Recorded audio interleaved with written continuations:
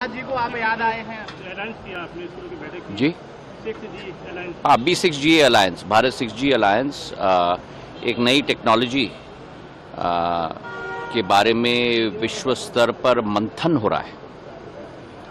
उस टेक्नोलॉजी की रूपरेखा क्या होगी, किस तरीके का स्पेक्ट्रम इस्तेमाल होगा, और इसके पूर्व भारत ने उस टेक्नोलॉजी की स्थापना में कभी भारत का प्रतिनिधित्व नहीं होता था। ये प्रधानमंत्री जी के नेतृत्व में ही 5G के बाद 6G के लिए B6GA भारत 6G अलायंस की स्थापना 2023 में की गई थी, और हमने लक्ष्य बनाया है कि 6G की स्थापना में भारत का कम से कम 10% IPR इंटेलेक्चुअल प्रॉपर्टी राइट और पैटेंट हम लोग स्थापित करेंगे।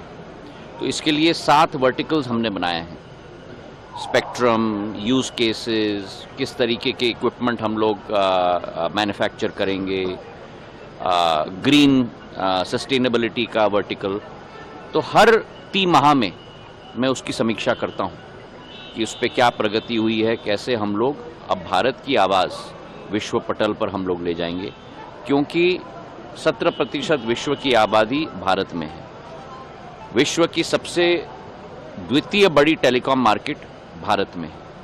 आज 1.2 बिलियन मोबाइल सब्सक्राइबर्स हैं। 1 बिलियन मतलब 100 करोड़ हमारे इंटरनेट के सब्सक्राइबर्स हैं। सबसे किफ़ायती सस्ती वॉइस और ब्रॉडबैंड कनेक्टिविटी अगर किसी देश में है तो वो भारत में है।